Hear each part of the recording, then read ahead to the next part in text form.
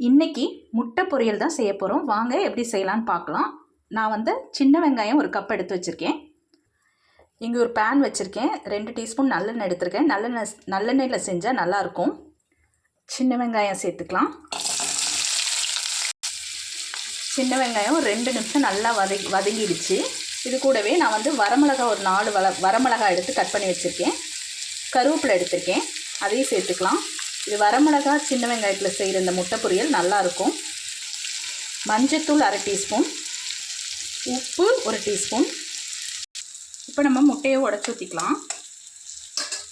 நான் 4 முட்டை எடுத்து வச்சுருந்தேன். இப்போ நான் 4 முட்டையும் உடச்சி ஊற்றிருக்கேன். இப்போ நம்ம நல்லா கலந்து விட்டுக்கலாம். பெப்பர் 1/2 டீஸ்பூன் நான் சேர்த்துக்கிறேன். ஒரு 2 நிமிஷம் நல்லா கலந்து விட்டுருக்கேன். இது வந்து சின்ன வெங்காயம் வரமிளகாவில் செஞ்சோன்னா இந்த முட்டை பொரியல் ரொம்ப நல்லாயிருக்கும். அருமையான முட்டை பொரியல் ரெடி ஆயிடுச்சு. நீங்களும் வீட்டில் ட்ரை பண்ணி பார்த்துட்டு கமெண்ட் பண்ணுங்கள்.